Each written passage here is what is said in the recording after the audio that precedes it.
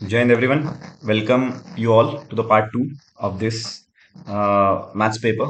So what's the purpose of this? एक part में सारा डाल दो यार, है कि नहीं? फास्ट फास्ट सॉल्व करो. That is not the purpose. ये वीडियो शायद आप अभी देख रहे हो, शायद अपकमिंग 2-3 years लेटर जिनको सॉल्व करना होगा, जिनको सीखना होगा पेपर के बारे में, वो ये डिटेल में सॉल्व करेंगे. I still recommend all the people कि आपने एक नोटबुक लेना चाहिए, आपने आप क्वेश्चन पेपर लेना चाहिए, क्वेश्चन लिखना चाहिए और उसका पूरा आंसर लिखना चाहिए या फिर इसके स्मार्ट वर्क्स लिखने चाहिए.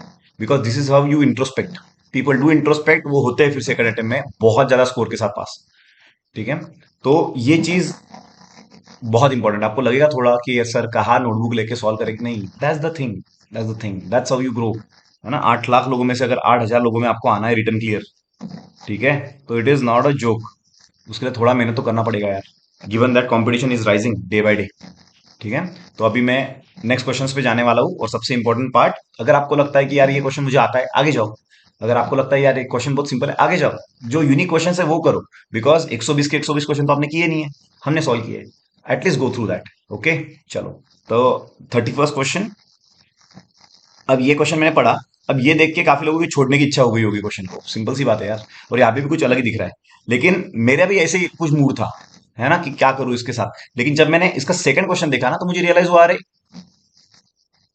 फॉर दिस क्वाड्रेटिक इक्वेशन वो बोल रहा है अगर रूट्स इक्वल होंगे देन एबीसी किस में होंगे? एपी में होंगे, जीपी में होंगे, एचपी में होंगे. तो इसका मतलब क्या है भाई? ये एबीसी, इस क्वेश्चन में जो एबीसी है वो एक तो शायद एपी में हो सकते हैं, या जीपी में हो सकते हैं, फिर या फिर एचपी में हो सकते हैं. तो यहाँ पे मैंने क्या स्मार्ट वर्क भाई, मैंने सोचा एक काम करते हैं ना यार, वैल्यू लेके ही देखते कितना टाइम लगेगा. दो कंसेप्ट उसको लगने वाले हैं. एक तो एपी क्या होता है. तो एपी यूजुअली ले लो आप. सपोज मैं 1 ले रहा हूँ एक नंबर, तो उसमें और दो ऐड करो ये हो गया 3, और ऐड करो ये हो गया 5. तो मैंने नंबर ले लिए 1 3 5, तो ए हो गया 1, बी हो गया 3, सी हो गया 5. अब ये अगर मेरे पास 1 3 5 है, ये वैल्यू मैं इसमें डालता हूं, तो ये क्या हो जाएगा देखो बरा. 1 3 3 5. सी ए क्या होगा भाई? 1 5. फटाफट सी ए क्या होगा? 1 5. ए बी क्या होगा? 1 3. और बी सी क्या होगा? 3 5. तो इससे फायदा क्या हुआ है? Here I am writing 3x² plus 15x. 3x² plus 15x plus 15 is equal to 15 नहीं है, 5 1 5 है. राइट.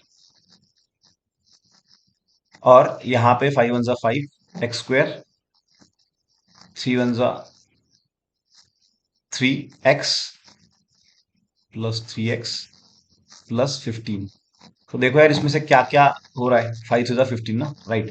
तो 3x² 5 स्क्वायर सब कुछ इधर भेज दो. 5 square minus 3x² 2x². 3x minus 15x minus 12x. And 15 - 5 + 10 equal to 0. 2 से डिवाइड कर दो. x² minus 6x plus 5 equal to 0. तो I got the two values, two roots. और वो डेफिनेटली इक्वल तो नहीं है यार, बिकॉज इसके रूट्स क्या आएंगे? 3 और 2, और वो इक्वल तो नहीं आ रहे. तो एपी तो गया. Same I take GP. कितना टाइम लगेगा? ले लेंगे यार चलो. 1 2 से मल्टीप्लाई करो 2, 2 से मल्टीप्लाई करो 4, फटाफट. 1 2 4. तो ये क्या? 1 2 2 4. 1 4 1 4 1 2 2 4. फटाफट. सो ये अभी फास्ट सॉल्व करता हूँ. 2 1 2 x², और 4 1 4 x². 4x² minus 2x², 2x².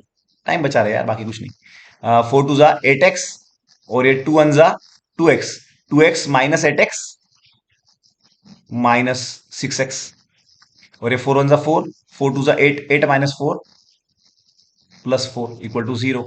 x² minus 3x plus 2 equal to 0. Definitely again roots are 1 and 2, जो कि इक्वल नहीं है. गया भाई. होंगे तो एचपी. फिर भी मैंने ट्राई किया, मैंने एचपी में लिए नंबर. एचपी मतलब क्या होता है भाई? जब उनका रेसिप्रोकल एपी में होता है. तो 1 लिया 1/1 दैट इज, और फिर 1/3 लिया और 1/5 लिया. अब भाई जब मैंने वैल्यू इसमें डाले ना यार, या फिर इसको सबसे बेस्ट है 1/2 1/3 ले लो. जब मैंने वैल्यू इसमें डाले तो ये सेटिस्फाई हो गया यार, इसके रूट्स आगे इक्वल. नहीं समझा? ट्राई करो. 1 × 1/2, 1/2 x² प्लस 1/2 × 1/3 that is 1/6x plus 1 × 1/3 that is 1/3a. Sorry 1/3 that is then 1/3x². फिर ए और बी कितना हुआ बेटा? 1 × 1/2 दैट इज 1/2x. और bc कितना हुआ? 1/6। अब इसको अगर 6 से मल्टीप्लाई कर दो क्वेश्चन ही सॉल्व हो गया यार, है ना। 6 से मल्टीप्लाई कर दो सबको, तो ये हो जाएगा 3x² plus x plus 2 equal to 2x² plus 3x plus 1। सब कुछ इधर लेके आओ। So it is x² x minus 3x minus 2x, और ये 1 इधर आके प्लस 1 इक्वल टू 0। अरे साला x माइनस 1 इक्वल टू 0, मतलब x के वैल्यू दोनों के दोनों 1 और 1 है, मतलब HP is the right answer. अब इसके वजह से फायदा क्या हो पता है सर, इसमें बहुत टाइम लगा। देखो भाई तुम डिसाइड तो करो पहले, अगर दोनों HP में होंगे, ये HP का रूल है अगर पता होगा तो। जैसे AP का रूल क्या होता है, अगर ABC आर इन AP, इन दोनों का addition is twice double A+C। तो वही है भाई यहाँ पे, ठीक है, डी ऑप्शन। तो ये कंसिडर करने से इतना फास्ट हो गया यार दोनों का दोनों, ठीक है। तो this is very important. Next, ये पहली सीरीज है, ये दूसरी सीरीज है। आई एम एबल टू से कि दीज आर एपीज। ये क्या है भाई, 2 2 का एपी है और ये 4 4 का एपी है, और इन दो ये दोनों इक्वल है बोल रहे हो, तो लगाओ यार एपी का फॉर्मूला। पता है एपी का फॉर्मूला क्या होता है? एपी का formula A, that is first term, plus n-1, यहाँ पे m टर्म्स है ना टोटल, इंटू डी। डी कितना है इसका? इसका डी है 4, है कि नहीं? A plus m-1 into d is equal to summation है, तो समेशन के लिए ये भी होता है भाई, और 2a होता है यहाँ पे, right. Let me right the formula, मतलब कंफ्यूजन नहीं होगा। पहले फॉर्मूला करते हैं, वो कैंसिल होने वाला है काफी, लेकिन समेशन का फॉर्मूला क्या होता है बताओ? S N is equal to n/2 in bracket 2a प्लस n-1 इंटू डी। यहाँ पे वही होने वाला है यार, ए की वैल्यू है 6, डी की वैल्यू है 4, और टोटल टर्म से m, तो m/2 इन bracket 2a plus m-1 into D. Same इसका क्या होगा भाई, n/2 इन ब्रैकेट 2a प्लस n-1 इंटू डी। कितना है? 2, डी मतलब इसका कॉमन डिफरेंस 2। अब यहाँ पे कैंसिल क्या क्या हो रहा है भाई, ये तो हो गया 2 कैंसिल। अब देखो यार, इन दोनों में से क्या कॉमन निकल सकता है? 2, तो ये 2 भी मैंने बाहर निकाल लिया, चलेगा। तो यहाँ पे बचा 1, और यहाँ पे क्या बचा? n-1। तो ये -1 + 1 गया, तो क्या बचा यहाँ पे? n into N, n², that is 2n², right. और यहाँ पे क्या क्या बचेगा देखना यार, इनमें से क्या क्या कॉमन निकल पा रहा है। इसमें से भी मैं जितना देख पा रहा हूँ यार, 4 कॉमन निकल जाएगा। 6 2 12 है ना, तो 4 कॉमन निकल गया, तो ये हो गया 4m इन ब्रैकेट। तो 6 2 12 में से 4 चला गया 3 प्लस m-1, तो 3 - 1 2, तो 4m in bracket m+2 is equal to 2n²। तो 2 कैंसिल कर तो ये बचा 2, तो 2m है क्या ऐसे कोई ऑप्शन? n², 2m, m+2 है, डी परफेक्ट। पहली चीज। सेकंड चीज, सेकंड चीज है कि एम की वैल्यू पॉसिबल कितनी होगी, तो थोड़ा दिमाग लगाओ यार। अगर मैं यहाँ पे लिखूं, इसको ऐसे लिखूं, तो ये क्या बोल रहा है यहाँ पे? ये 2 को अगर मैं नीचे भेज दूं, तो m इंटू m+2 का जो वैल्यू है ना, वो किसी के स्क्वायर बाय 2 होना चाहिए। अब यहाँ पे लगेगा टाइम और थोड़ा स्मार्ट वर्क लगेगा यहाँ पे। तो सेकंड क्वेश्चन का आप शायद तुम छोड़ सकते थे, लेकिन मैंने ट्रायल एंड एरर किया, तो यहाँ पे मुझे पता चला कि एक तो 0 अगर मैं डाल दूं यहाँ पे, तो 0 इंटू एनीथिंग इज 0, तो n भी 0 हो सकता है, लेकिन m और n की वैल्यू 0 नहीं हो सकती यार, because m and n stand for terms, तो 0 टर्म नहीं हो सकता, तो 0 अलाउड नहीं है। फिर 1 नहीं चला, फिर 2 चल गया, है ना। सो अगर मैं 2 यहाँ पे डाल दूं, और यहाँ पे 2 + 2 कितना हो जाएगा? 4, 4 2 कितना हुआ? 8, बराबर है। तो ये हो गया 8 इज इक्वल टू n²/2। अगर 2 को मैं इधर भेज दूं तो कितना हो जाएगा? 16 इक्वल टू n², जो कि पॉसिबल है, n² की वैल्यू 16 तो आ सकती है। तो ऐसे मुझे पता चला m की सिर्फ 2 ही वैल्यू है बेटा, m की वैल्यू 2 ही है, एक है 2, एक है 16। क्योंकि अगर आप 16 यहाँ पे डालोगे ना, 16 + 2 18 इंटू 16 इंटू 2, अगर इसको सॉल्व करोगे तो it is a perfect square. तो इसीलिए इसका जो आंसर है वो है 2, ऑप्शन सी, है ना। 2 और 2 और 16, ये दो ही वैल्यू पॉसिबल है। सर 16 के ऊपर क्यों नहीं जा रहे आप? क्योंकि दोनों की वैल्यू इनसे कम है, राइट। नेक्स्ट क्वेश्चन, ये तो बहुत मस्त क्वेश्चन है यार। 8 पॉइंट है टोटल, उसमें से 4 कोलिनियर है। देखो 1 2 3 4, ये एक लाइन में है, और 4 पॉइंट किधर भी हो सकते हैं भाई, किसी को पता नहीं है ना। और क्या बोला है? ट्रायंगल फॉर्म करना है इन पॉइंट को ज्वाइन करके। अब 2 फेजेस है भाई, ये है फेज 1 और ये है फेज 2, है कि नहीं। तो इन चारों पॉइंट को अगर मैं ले लूं, तो इनसे तो कोई ट्रायंगल, इनको ज्वाइन करो तो एक स्ट्रेट लाइन बनेगी, ट्रायंगल तो बन नहीं सकता। तो केसेस क्या क्या बन रहे? तो एक पहली केस तो ये है कि भाई इन चारों में से ही ट्रायंगल बना लो, तो इन चारों में से अगर मुझे ट्रायंगल बनाना है तो मैं कैसे कैसे बना सकता हूँ? मतलब तीनों के तीनों पॉइंट यहां से ही बनाएंगे, तो एक तो ऐसा होगा, एक तो ऐसा होगा, मतलब क्या है, इन चार में से अगर मैं कोई भी तीन पॉइंट ज्वाइन कर लूं तो मेरा ट्रायंगल बनने वाला है, पहली चीज। बराबर है?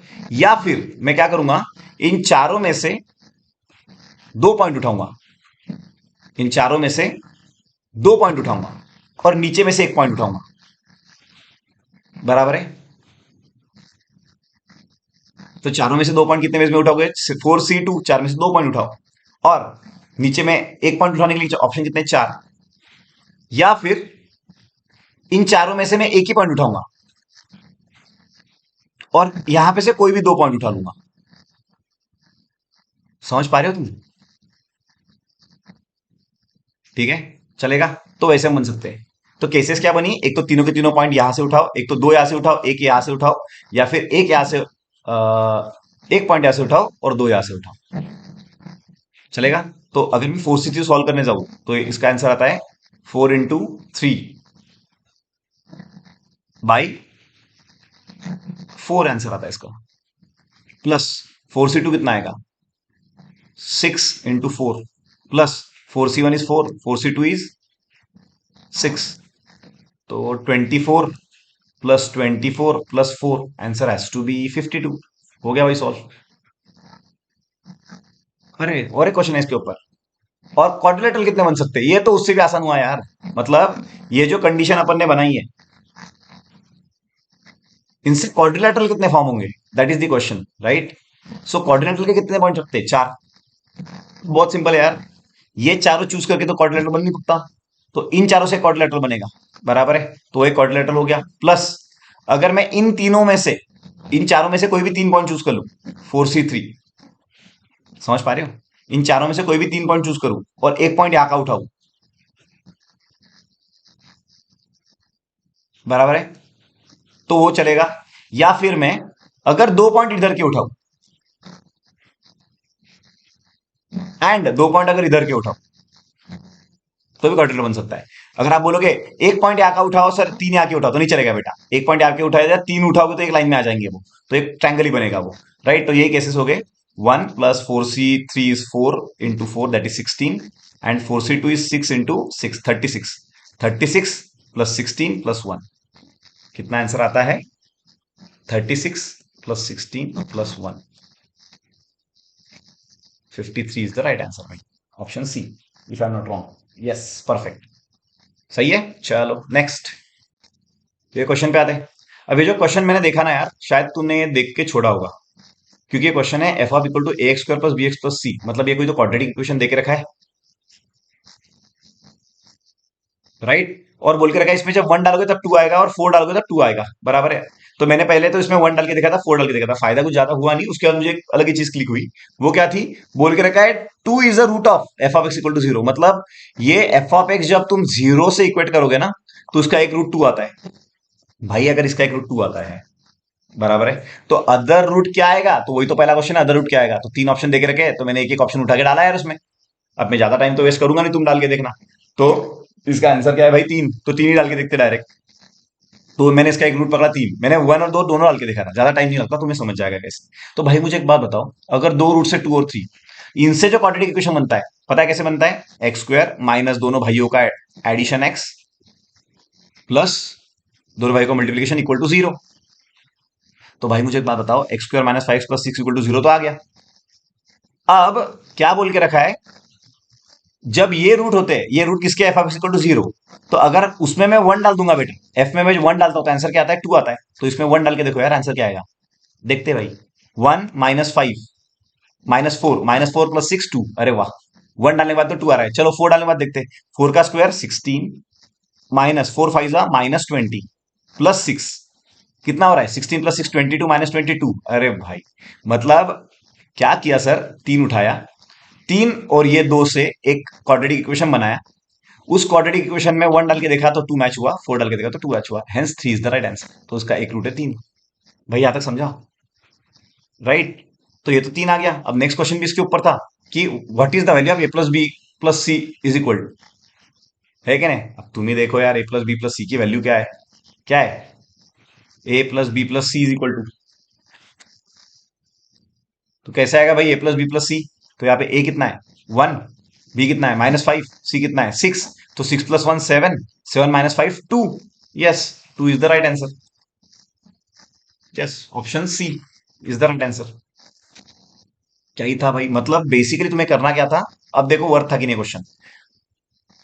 इसका एक रूट 2 है तो एक रूट 1 कंसिडर करना था, फिर 2 कंसिडर करना, फिर 3 कंसिडर करना था। थ्री के वजह से पता चला कि सेटिस्फाई हो रहा है, और जैसे पता चला सेटिस्फाई हो रहा है, तुम्हें ए बी सी के वैल्यू मिल गया, दैट इज 1 -5 और 6।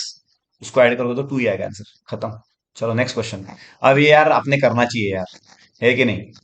ए का पावर 4 है, मतलब क्या करना है, इसको 4 बार मल्टीप्लाई करना है। जिनको पता नहीं मल्टीप्लाई कैसे करते हैं, this into this, this into this, this into this, this into this. तो ये बहुत ही सिंपल है, I don't think I should waste my time in this. तो इसको 4 बार जब मल्टीप्लाई करोगे, पहले तो इसका स्क्वायर आएगा, उस स्क्वायर को आपस से एक बार मल्टीप्लाई करो तो 4 मिल जाएगा।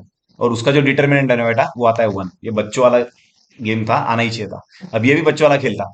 पता नहीं तुम सॉल्व कर रहे थे नहीं कर रहे थे, लेकिन भाई एडजॉइंट का अगर इनवर्स निकालोगे यार, तो क्या बचेगा? वही बचेगा ना, वही आंसर है। क्योंकि एडजॉइंट में आप क्या करते हो, जिनको पता नहीं है, 2x2 मैट्रिक्स में एडजॉइंट कैसे निकाला जाता है, चेंज चेंज साइन चेंज। और वापस से उसका वापस से इन्वर्स करने आ रहे हो तो वापस से एडजॉइंट निकालना पड़ेगा, क्योंकि इन्वर्स के लिए एडजॉइंट निकालना पड़ता है। तो एडजॉइंट का एडजॉइंट है कि नहीं, और इसका डिटर्मिनेंट तो cos स्क्वायर थीटा पर साइन स्क्वायर थीटा ही है भाई, तो 1 ही है, तो आंसर वही आएगा। तो इतना ही याद रखना था यार, एडजॉइंट का इनवर्स वही आने वाला था 2x2 में, गिवन दैट उसका डिटरमिनेंट 1 हो। फुल टाइम पास है यार ये। कैसे करते हो भाई? 2 raise to 0, 2 raise to 0, 2 raise to 1, 2 raise to 2, 2 raise to 3, 2 raise to 4, 2 raise to 5। That is कितना हुआ भाई? 32। 32 + 1, 32 + 1 33, 34, 35। इसका आंसर है 35। वापस से 2 raise to 0, 2 raise to 1, 2 raise to 2, 2 raise to 3, 2 raise to 4 कुछ नहीं है, 2 raise to 5 that is 32, 2 raise to 6 that is 64, 2 raise to 7 कुछ नहीं है, 2 रेस टू 8 दैट इज 256। कितना हो रहा है भाई ये? 32 + 4, 36 + 4, 40, 100, 108। डायरेक्ट हो सकता था। ये हो गया 40, और ये कितना हुआ भाई? 60, 100, 108, 109।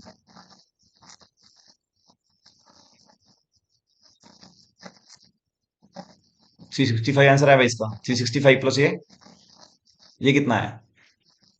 35, 550, 390 आंसर आना चाहिए।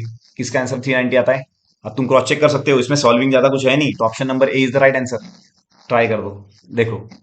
2 raise to 0, 2 raise to 1, 2 raise to 2, 2 raise to 3, 2 raise to 4 क्या आता है भाई? 2 raise to 4 16, 2 raise to 5, 2 raise to 6 16, 16, 32, 64, ये आ गया 128, और ये आ गया उसका डबल 256। तो इनको ऐड करना है बेटा, 256 + 128 + 16।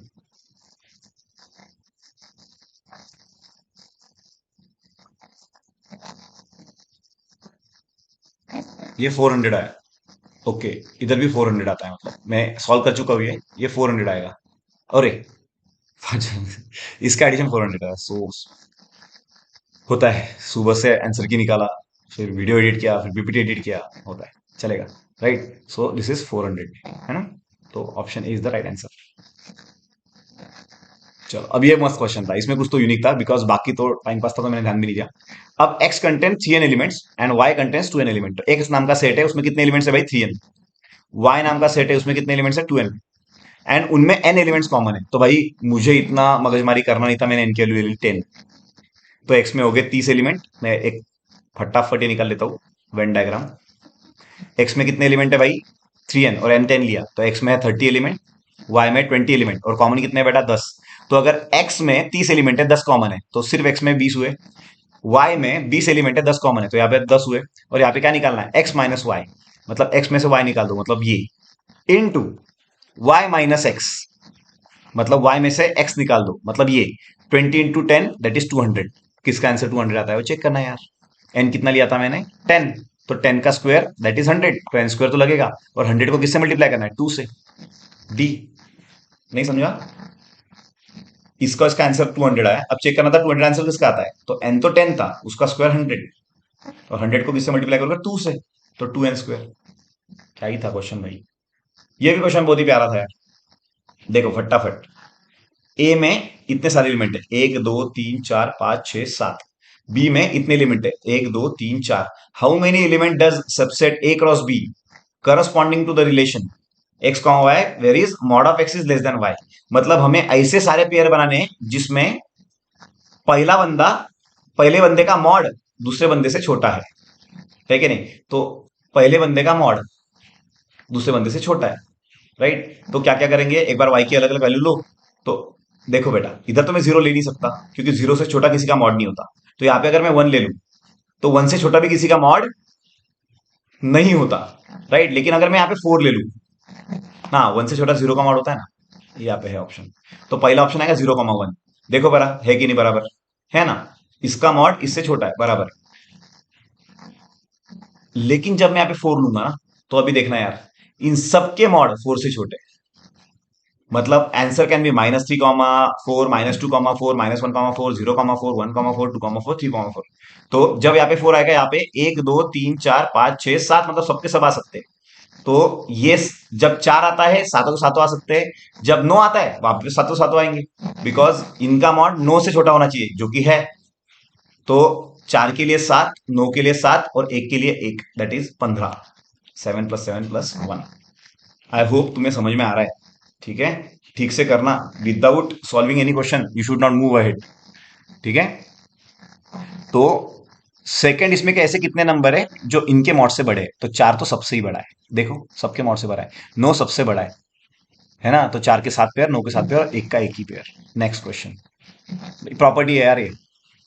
If x is a matrix, determinant of m x. अब जिनको पता है ना बेटा, ध्यान देना। जब डिटर्मिनेंट को तुम किसी कांस्टेंट से मल्टीप्लाई करते हो तो वो हर एक एलिमेंट को मल्टीप्लाई होता है, बराबर है? लेकिन जब तुम उसका डिटर्मिनेंट निकालोगे यार, तो डिटर्मिनेंट में क्या होता है? सपोज एम है, तो यहाँ पे वो तीन बार मल्टीप्लाई, तीनों को मल्टीप्लाई हो गया। लेकिन जब कॉमन निकलेगा ना, तो हर एक इसमें से अलग अलग निकलेगा। तो जब एम बाहर निकलेगा, जितने रोज है उतने बार निकलेगा, तो एम रेस टू एन। तो ये पहला स्टेटमेंट बराबर है। Second, if y is a matrix obtained by x multiplying any row और कॉलम। सपोज किसी एक रो को मल्टीप्लाई किया, प्रॉपर्टीज है ये, मैं तुम्हें अभी सिखा नहीं सकता। अगर किसी एक रो को मल्टीप्लाई कर रहा हूं मैं डिटर्मिनेंट, तो आंसर भी उसी से मल्टीप्लाई होता है। तो सिंपल सी बात है यार, अगर वाई को एम से मल्टीप्लाई किया आपने, तो आंसर को भी एम से मल्टीप्लाई करना पड़ेगा, दोनों राइट है ना? तो इसका आंसर क्या आएगा भाई? आंसर वुड बी, कौन सा स्टेटमेंट है? स्टेटमेंट ए ही है शायद। Both statement one and two are correct and statement two explains the statement one. चलो नेक्स्ट। अब ये देखने में बहुत बड़ा दिख रहा है, लेकिन मजे की बात पता है क्या है? जब मैंने ऑब्जर्व किया, 48 + 23 क्या होता है पता है? 71। अरे भाई, 28 + 29 क्या होता है? 57। 17 + 48 क्या होता है? 65। सर क्यों बता रहे हो ये? इसका मतलब क्या है पता है? इन दोनों को ऐड करोगे और इसमें से सब्सट्रैक्ट करोगे तो इधर जीरो आएगा। इन दोनों को ऐड करोगे, प्रॉपर्टी ऑफ इनवेरियंस, जीरो आएगा। दोनों को ऐड करोगे, यहाँ पे डालोगे जीरो। सारा जीरो है, मतलब इसका डिटरमिनेंट क्या आता है बेटा? जीरो। अगर डिटरमिनेंट ही जीरो आया तो उसको सिंगुलर बोलते हैं। तो ये बोल रहा है एम नॉन सिंगुलर है। पहले तो ये स्टेटमेंट गलत है यार, पहले तो ये स्टेटमेंट गलत है, बराबर है? क्योंकि इसका डिटरमिनेंट जीरो है, अब इसका इनवर्स निकलेगा नहीं। तो the inverse of M does not exist, ये बराबर है। डिटरमिनेंट जीरो है इसलिए इनवर्स तो नहीं निकलेगा, और वो सिंगुलर कहलाता है, नहीं तो नहीं नॉन सिंगुलर बोलता। मतलब स्टेटमेंट वन ही करेक्ट है। तो ये कौन सा स्टेटमेंट हुआ? Let me check. Yes, option C, statement one is correct but statement two is not correct. Yes. कौन पढ़ते बैठेगा चारों स्टेटमेंट बॉक्स? चल फटाफट। Cot inverse of 9 plus cosec inverse of √41/4, ठीक है? तो अब भाई देखो यार, जब भी मैं ऐसे क्वेश्चन देखता हूं ना, तो मुझे वही फॉर्मूले याद आते हैं। Tan inverse of x plus tan inverse of y is equal to tan inverse of पहला प्लस दूसरा अपॉन वन माइनस पहला दूसरा। तो मुझे तो कन्वर्ट करना है भाई इसको टैन में। जब मैं इसको टैन में कन्वर्ट करने जाऊं, तो ये कॉट है तो टैन क्या होगा इसका? उल्टा, 1/9 प्लस। अब ये कोसेक है, तो कोसेक थीटा क्या होता है बताओ जरा मुझे? कोसेक थीटा, ट्राइंगल अगर बनाऊंगा मैं थीटा का, तो कोसेक क्या होगा? साइन का उल्टा, तो हाइपोटेनियस अपॉन अपोजिट। तो भाई मुझे एक बात बताओ, पाइथागोरस बाबा पता है सबको?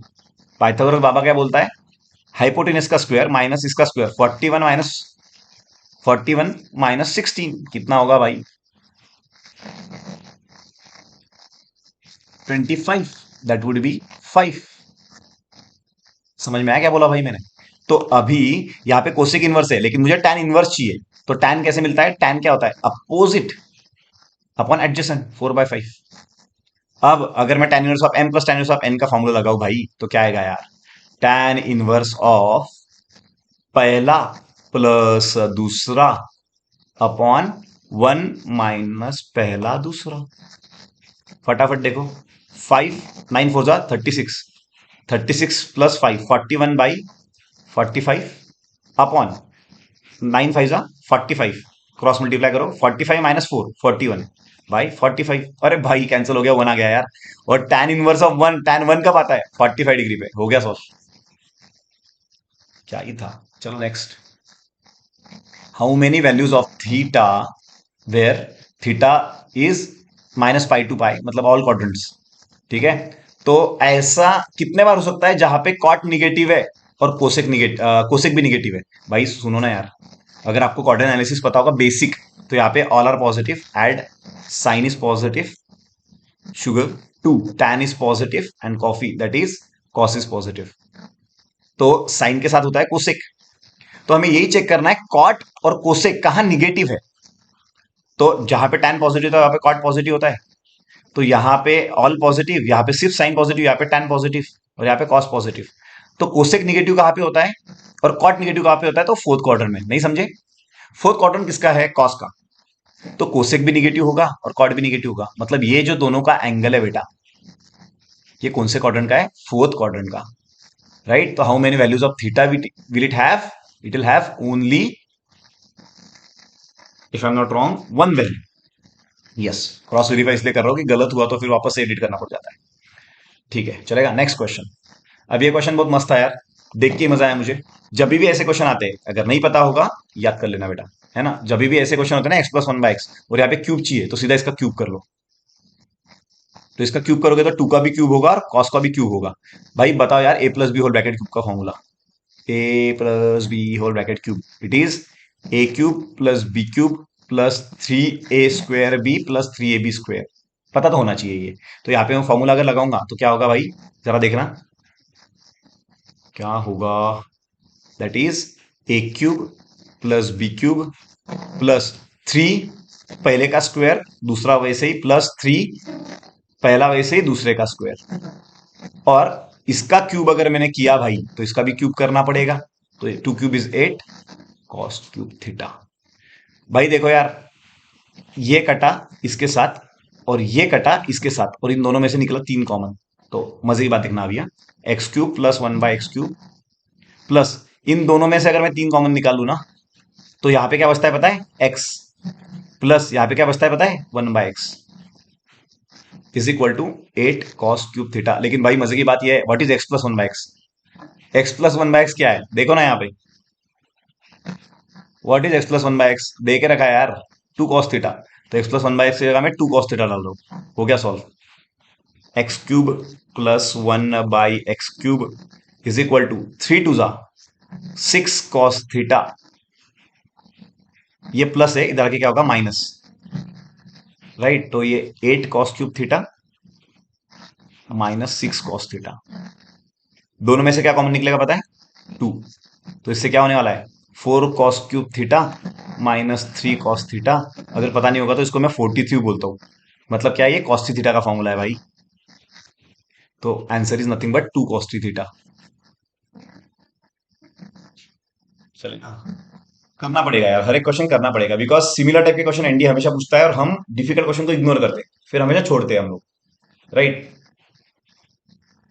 अब यहाँ पे x जो है वो पहले क्वाड्रेंट का बोला गया है, और what is the value of x satisfying the, ठीक है चलेगा, what is the number of values of x satisfying the equation. कोई दिक्कत नहीं है, इसको पहले सॉल्व करो। tan क्या होता है भाई? sin x upon cos x। sec x क्या होता है भाई? 1 upon cos x = 2 cos x। भाई ये cos x दोनों में से कॉमन निकल रहा है यार, और इधर मल्टीप्लाई हो जा रहा है। तो पता है क्या हो गया? वो sin x + 1 = 2 cos² x, और ये +1 इधर जब जाएगा ना, ये बनेगा 2 cos² x -1। और मैं मेरे स्टूडेंट्स को हमेशा याद दिलवाता हूं, है कि नहीं, 2 cos² x -1 is cos2x which is sin x। लेकिन भाई तुम्हें अगर पता होगा साइन ऑफ थीटा = cos ऑफ 90 - थीटा, 1000 बार पढ़ा होगा तुमने। राइट। तो sine x is cos of 90 minus x, that is equal to cos of 2x। Cos को कॉस गया, ये माइनस एक्स इधर चला गया, तो 90 is equal to 3x। So x is equal to 30 degree. x is equal to 30 degree, right. तो मतलब x की एक वैल्यू तो मिल गई। अब हमें ये सोचना पड़ेगा और कोई वैल्यू हो सकती है क्या x की। तो अब यहाँ पे इशू क्या होगा बेटा, x की वैल्यू अगर और कोई लिया मैंने, सपोज 30 से छोड़ के, और अगर सपोज 60 लिया यहाँ पे मैंने, है ना, x की वैल्यू सपोज 60 ले लिया मैंने यहाँ पे, तो वहां पे ये जो है ना वैल्यूज भाई, ये सेकंड क्वाड्रेंट जाएंगे और ये सेकंड क्वाड्रेंट में निगेटिव हो जाते हैं। ये तो पॉजिटिव होता है, ये निगेटिव हो जाते हैं, ये इनका इशू है। बराबर है, राइट। तो 1 इज द रिक्वायर्ड आंसर। ठीक है, ओके। इसका आंसर कैसे होगा, तो भाई देखो यार, ये क्वेश्चन दिखता ऐसा है, लेकिन पता है तुम्हें 2/√3 किसके उल्टा है, √3/2 के उल्टा है। तो ये एंगल ही पता है यार, cos 30 इज इक्वल टू √3/2। तो उसका उल्टा sec 30, तो sec 2/√3 कब आएगा, 30 पे, और 30 और डिवाइड बाई 2 है, tan 30/2। और मैं मेरे बच्चों को हमेशा बताता हूँ कि एक ना का वैल्यू आएगा इसके ऊपर, तो इज tan 15 सबको पता होना चाहिए, दैट इज 2 माइनस √3, सबको। अंडरस्टूड, सिंपल था। चलो, we are moving towards the end now. ध्यान दो बेटा, a plane P is parallel to line having direction ratios 132 and contains the line of intersection of the plane। ये दो planes है, ठीक है, ये दो प्लेन्स है। और क्या पूछ के रखा है, which are the following are the direction ratio of the line of intersection of the planes. बहुत सिंपल यार, देखो यार, ये दो प्लेन्स है और आपको ये लाइन निकालना है, ये। तो ये लाइन कैसे निकालोगे, तो ये प्लेन का नॉर्मल वेक्टर ये होता है, ये प्लेन का नॉर्मल वेक्टर ये होता है। और आपको पता होगा, जब अगर तुम दोनों का क्रॉस प्रोडक्ट करते हो, तो क्रॉस बोले तो परपेंडिकुलर, मैं मेरे स्टूडेंट्स को ऐसे बताता हूँ, तो क्रॉस बोले तो परपेंडिकुलर, तो इन दोनों का परपेंडिकुलर बोले तो ये इन दोनों का डायरेक्शन सेम है। तो कुछ नहीं करना आपको, इसका एन बार और इसका एन बार इनका क्रॉस करना है, that will give you the direction ratios. For example, पहले के जो पहला जो वेक्टर है आई जे के, पहले के डायरेक्शन रेशियोज है 6 4 -5, और दूसरे का डायरेक्शन रेशियो है 1 -2 3। इसका क्रॉस प्रोडक्ट करो भाई, you will get your required answer. 3 4 12 -10 that is 2i। मतलब चार ऑप्शंस होते हैं, ये गया, राइट। -j × 18 माइनस ऑफ -5 23, तो -23 आना चाहिए, option B is the right answer. -23 आया, हो गया। नेक्स्ट क्वेश्चन जो कि था कि ये प्लेन पी कौन है भाई, ये प्लेन पी है कौन। तो ये प्लेन पी ऐसा प्लेन है जो इन दोनों प्लेन्स के बीच में से जा रहा है। अंडरस्टूड, वो एक ऐसा प्लेन है इन दोनों प्लेन्स के बीच में से जा रहा है और इसको पैरेलल है। तो तुम्हें एक बात पता चलनी चाहिए, कभी भी अगर तुम्हें प्लेन पता है ना, तो उसके डायरेक्शन रेशियोज पता होते हैं, राइट। तो अगर ये प्लेन है तो उसके डायरेक्शन रेशियो ये होते हैं, और अगर इस प्लेन को कोई लाइन पैरेलल है तो लाइन इस डायरेक्शन रेशियो को परपेंडिकुलर होती है। अंडरस्टूड। तो अभी मुझे एक बात बताओ, अगर सपोज ये पहला प्लेन है, ये एक प्लेन है और ये एक प्लेन है, तो इसके पॉइंट में से कितने प्लेन जाएंगे, इसके लाइन में से कितने प्लेन जाएंगे, इनफाइनाइट। बराबर है। तो इनफाइनाइट प्लेन्स का एक नॉर्मल इक्वेशन होता है, that is linear combination of two planes. बोले तो papa plane plus lambda times मम्मा प्लेन। मेरे स्टूडेंट्स को शायद ये क्लिक हो रहा होगा। तो पहला प्लेन का इक्वेशन उठा लो, 6x + 4y - 5z -2 plus lambda times मम्मा प्लेन, बोले तो ये प्लेन x - 2y + 3z = 0। अब यहां से क्या करूंगा मैं, पता है, x और x की वैल्यू साथ में ले लूंगा, y और y की वैल्यू साथ में ले लूंगा, z और z की वैल्यू साथ में ले लूंगा। अब मजे की बात पता है क्या है, जब मैं x और y की वैल्यू, x y z की वैल्यू लूंगा ना, ये एक्स वाई जेड की वैल्यू होगी उस प्लेन की, लेकिन वो प्लेन इसको पैरेलल है, तो इनका जो डॉट प्रोडक्ट होगा होगा 0। तो I don't want to waste a lot of my time. वो डॉट प्रोडक्ट 0 करने के बाद लैम्बडा की वैल्यू आती है 8, है ना। एंड दैट वे, अगर लैम्बडा की वैल्यू आ गई, वो वैल्यू वापस यहीं पे डालना है and you will get your required answer. तो इसका ऑप्शन है, I guess the answer of this question is, क्योंकि वो बहुत टाइम खाएगा, तो I don't want to waste your and my time as well. Option A is the right answer जो मैंने निकाला है, ठीक है। Okay, next, last few questions. Okay, अब ये बहुत ही मस्त क्वेश्चन है, ये मुझे बहुत पसंद आया था। Let S be the sphere, yellow colour का से सिलेक्ट हो गया भाई। Let S be the sphere with the smallest radius that passes to the point. तो 3 पॉइंट देके रखे हैं और बोल के रखा है इसमें से एक स्पीयर निकालो, छोटा से छोटा होना चाहिए। अब छोटे से छोटा होगा मतलब भाई कम इस ट्रायंगल में से जाएगा वो, तो उसके पास कुछ ऑप्शन है ही नहीं, क्योंकि इससे छोटा तो स्पीयर बनेगा नहीं। इससे छोटा स्पीयर बनाने जाओगे तो एक ना पॉइंट मिस हो जाएगा। तो उनका क्या कहना था, 3 पॉइंट में से जाने वाला एक स्पीयर निकालो। ऐसे भी हो सकता था कि ये 3 पॉइंट ऐसे थे और स्पीयर बहुत बड़ा हो सकता था। बट अगर उन तीनों पॉइंट में से जाने वाला स्पीयर अगर बनाना है तो सिंपल सी बात है यार, उन पहला सपोज लेट्स से 3 पॉइंट है तो इसमें जाने वाला स्पीयर आपको इस ट्रायंगल में से जाने वाला स्पीयर ही बनाना पड़ेगा। अब ये बहुत ही सिंपल सी बात है यार। अगर ये पॉइंट है 1 0 0, ये पॉइंट है 0 1 0 और ये पॉइंट है 0 0 1, इसमें से तो अगर ये 3 पॉइंट मुझे पता है और इस ट्रायंगल में से अगर स्पीयर जा रहा है तो इसका mid point is nothing but a centroid. जिनको पता नहीं सेंट्रॉइड कैसे निकालते, एक्स की एडिशन, तीनों एक्स की एडिशन बाई 3, तो तीनों एक्स की एडिशन है 1/3 कॉमा 0 + 1 + 0 1/3 कॉमा 1/3। ये हो गया भाई सेंटर इसका, 1/3 कॉमा 1/3 कॉमा 1/3। अब मुझे एक बात बताओ, अगर आपको सेंटर पता चल गया और आपको ये पॉइंट पता है, अगर इनका डिस्टेंस फॉर्मूला लगाऊं मैं, ये रेडियस नहीं है, लगाओ ना यार, फिर रेडियस क्या होगा, दिस -1 का स्क्वायर अंडर रूट ऑफ 1 - 1/3 का स्क्वायर, स्क्वायर है तो किसमें से कुछ भी किया तो चलेगा, प्लस 1/3 -0 का स्क्वायर दैट इज 1/3 स्क्वायर, और 1/3 -0 का स्क्वायर दैट इज 1/3 स्क्वायर। तो ये कितना हुआ, 3 - 1 2, 2/3 का स्क्वायर दैट इज 4/9 + 1/9 + 1/9। सो ये नीचे 9 आया कॉमन और ये आया 4 + 1 + 1 6, राइट, लेकिन ये रूट के अंदर है भाई। तो ये हो गया अंडर 2/3, ऑप्शन ए बी। कितना ही सिंपल था यह क्वेश्चन। और बेस्ट पार्टी किस पे, 2 क्वेश्चन है यार, है कि नहीं। तो इन तीनों में से जाने वाला स्पीयर मतलब इनका सेंट्रोइड इज और सेंटर। और तीसरा तो और भी आसान है कि सेंटर किस पे लाई करता है, तो सेंटर किसके लाई करता है, करो ना यार, डालो वैल्यू सब में, 1/3 1/3 1/3। तो 1/3 + 1/3 + 1/3 इज 3/3, -1 3/3 इज 1, 1 - 1 इज 0। भाई पहला ही ऑप्शन मैच हो गया यार। सेंटर किस पे लाई करता है तो डाल दो सेंटर की वैल्यू उसमें, तो पहला ही ऑप्शन मैच हो गया। क्या बात है, खत्म करो, आगे चलो, राइट, चलेगा। तो अभी इस पे भी 2 क्वेश्चन है तो सॉल्व करना है हमें अच्छे से। पॉइंट ए देके रखा है, बी देके रखा है, सी देके रखा है, और they are the 3 consecutive vertices of ABCD. Fourth vertex निकालना है, कोई दिक्कत नहीं यार। ये है मेरा ए, ये मेरा बी, ये मेरा सी होगा शायद, तो ये मेरा डी होगा। तो सिंपल सी बात है यार, ए बी और डी सी पैरेलल होंगे तो इनके डायरेक्शन रेशियो भी सेम होंगे। तो ए बी बार कैसे निकाला जाता है, देखो बरा जरा, ए बी बार कैसे होता है, B minus A, -2 -1 -3i, 1 - -1 + 2i and 8 - 0 + 8i। तो अभी अगर मुझे डीसी बार निकालना है या फिर मुझे, हाँ, तो मुझे क्या करना पड़ेगा, सी - डी करना पड़ेगा, और answer should be the same, answer should be the same. तो सी - डी, तो सी तो ये है, तो इसमें से क्या माइनस करोगे, मुझे -3 आएगा भाई।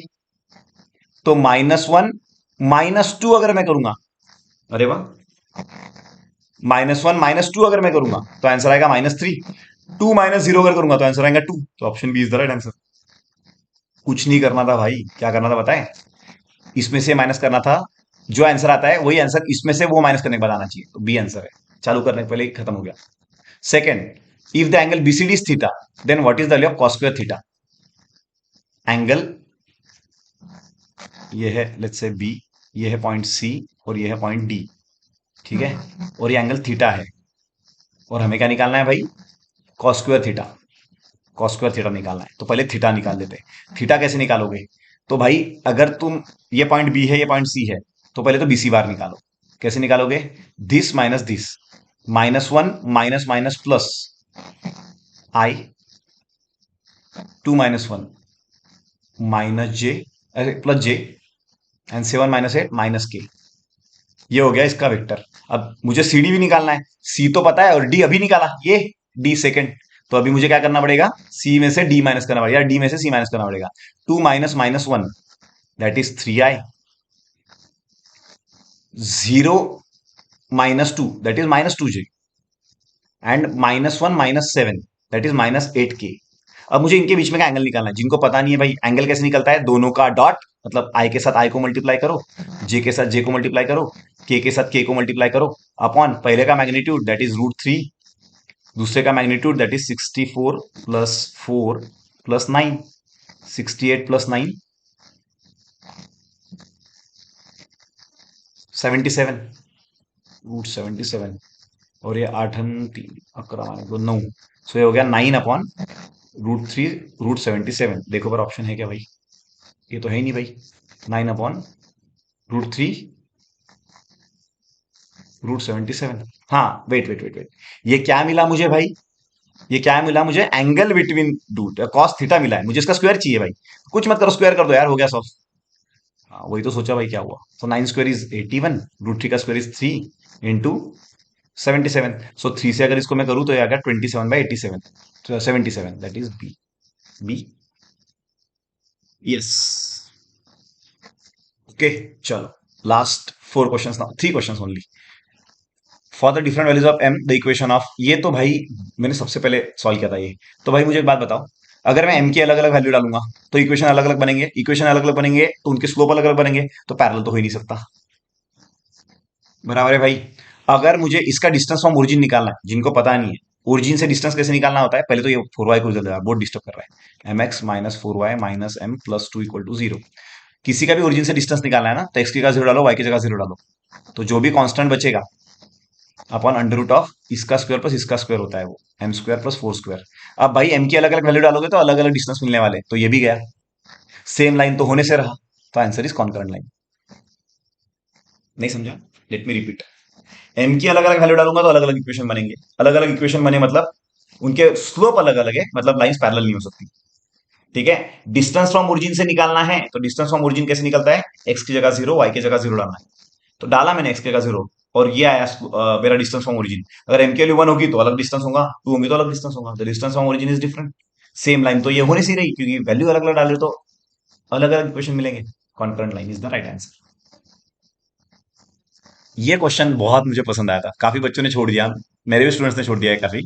सो equation of the locus of a point equidistant from A B and C D is this. तो भाई मुझे एक बात बताओ, लेट्स से एक पॉइंट है ए कॉमा बी, और एक पॉइंट है, लेट्स से ये है ए कॉमा बी पॉइंट, और ये है point let's say C comma D.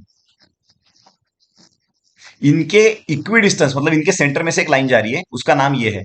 तो भाई मुझे एक बात बताओ यार, इन दोनों से मैं इनका मिड पॉइंट निकाल सकता हूँ, और वो मिड पॉइंट कहां पे आएगा? यहीं पे आएगा ना। तो इन दोनों से अगर मैंने मिड पॉइंट निकाला तो बताओ बरा पहले क्या आएगा? a + c/2 और b + d/2, ये आ गया मेरा मिड पॉइंट इन दोनों के बीच में। लेकिन ये मिड पॉइंट इस लाइन पे है, और इस लाइन का इक्वेशन तो दे के रखा है। तो कुछ नहीं भाई, x की जगह ये डालना है, y की जगह ये डालना है, देखो कितना फास्ट सॉल्व होता है। a - c, x की जगह क्या डालना है? a + c/2 plus b - d, y की जगह क्या डालना है? b + d/2 प्लस के इक्वल टू 0। तो ये क्या हुआ भाई? 2 कॉमन निकाल लो, इसको दे दो और इधर भेज दो, तो गया वो 2। तो ये क्या हुआ? a² - c² plus b² - d² equal to -2k। अरे, इक्वल टू -2k। लेकिन भाई मुझे क्या निकालना है? प्लस के निकालना है। तो कुछ नहीं भाई यार, ये माइनस यहां पे चले दो, तो जो माइनस हो गया प्लस हो गया, जो प्लस हो गया वो माइनस हो गया। ठीक है, और ये 2 को भी नीचे भेज दो। तो ऐसा कोई ऑप्शन है c² - a² वाला? c² - a², d², c², हाँ, b² - b²/2, ये option D is the right answer. क्या ही था भाई, कुछ था ही नहीं। चलेगा, last 2 questions. Consider the following statement with respect to the equation x² + 3y = 0। अब ये क्या है? ये है पैराबोला। अब मैं थोड़ा इनअप्रोप्रिएट लैंग्वेज में बोलता हूँ यूजुअली। ये x² को मुझे -3y लिखना पड़ेगा, तो जिसका स्क्वायर होता है ना भाई, उसके तरफ पिट करता है ये, है कि नहीं? लेकिन यहाँ पे क्या है? माइनस, तो ये पैराबोला नीचे देख रहा है। तो equation of parabola that opens upwards, upwards तो नहीं है भाई, डाउनवर्ड्स ओपन हो रहा है। ठीक है, तो पहला तो गलत है। एक्सिस ऑफ पैराबोला कौन है? एक्सिस ऑफ पैराबोला जो बीच में से जाती है, जिसका नाम है वाई एक्सिस। तो वाई एक्सिस कौन होता है? x = 0। तो ये स्टेकन तो राइट है भाई, है कि नहीं? और पूछा है हाउ मेनी आर करेक्ट, तो जरा फॉर्म में मत आना। और उन्होंने पूछा इक्वेशन ऑफ लेटेस्ट सेक्टम, तो लेटेस्ट सेक्टम क्या होता है भाई? ऐसी लाइन जो यहां से जाती है कि नहीं? तो इसका, ये अगर मैं यहां से y देखूं तो y क्या आ रहा है यहाँ पे? 3/4। तो बात तो बराबर है यार, y के 3/4 में से जा रही है वो, है कि नहीं? लेकिन ये y की +3/4 वैल्यू है। ये जो यहां से जो देखा मैंने, ये y की क्या वैल्यू आई? +3/4। मेरा जो लेटेस्ट सेक्टम है वो क्या है? y equal to minus something, इसीलिए ये भी गलत है। Answer is 1 only. Let me check. One only. Understood? So this is the नाम last question. Sum of intercept of the line. भाई जिनको पता नहीं इंटरसेप्ट फॉर्म क्या होता है, बहुत सिंपल यार. अगर एक लाइन है वो एक्स एक्सिस को 3 पे काट रही है और वो वाई एक्सिस को 4 पे काट रही है, उस लाइन का इक्वेशन होता है x/3 plus y/4 equal to 1. मतलब x अपॉन कुछ तो प्लस y अपॉन कुछ तो इक्वल टू 1 आना चाहिए यार. तो हमेशा इंटरसेप्ट फॉर्म में इधर 1 आना चाहिए. तो इधर 1 आने के लिए क्या करना पड़ेगा, इसको डिवाइड करना पड़ेगा. तो x upon a square upon 2 upon a square plus b square और plus y upon b square upon 2 upon a square plus b square. तो ये हो गया इसका एक्स इंटरसेप्ट, ये हो गया इसका वाई इंटरसेप्ट. भाई जिनको पता नहीं है इसको मैं कैसे कर सकता हूं, तो एक्स अपॉन 3 अपॉन 2 को मैं क्या कर सकता हूँ, ये 2 को ऊपर लेके जाता हूँ मैं, इसको मैं 2/3 लिख सकता हूँ, राइट. तो इसको मैं ऊपर लेके जाऊंगा तो ये 2 इसको मल्टीप्लाई हो जाएगा भाई. तो ये हो गया 2a² upon a square plus b square और ये हो गया 2b² upon a square plus b square. और उन्होंने क्या बोला है पता है, सम ऑफ इंटरसेप्ट. तो बात समझ लो यार, सम ऑफ इंटरसेप्ट क्या होगा, 2a² upon a square plus b square plus 2b² upon a square plus b square. दोनों में से अगर 2 कॉमन निकालू ना बेटा, तो पता है क्या बच रहा है, a square plus b square upon a square plus b square, जो कि कैंसिल हो जाता है सीधा. तो आंसर आता है 2.